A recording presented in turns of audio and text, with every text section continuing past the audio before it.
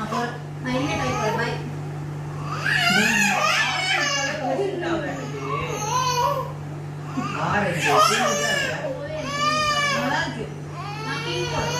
ஏன்னா வந்து ஆரஞ்சுல ஒரு சாரி இருக்கு அதை கட்டலான்னு இருக்கேன் நியூ இயருக்கு.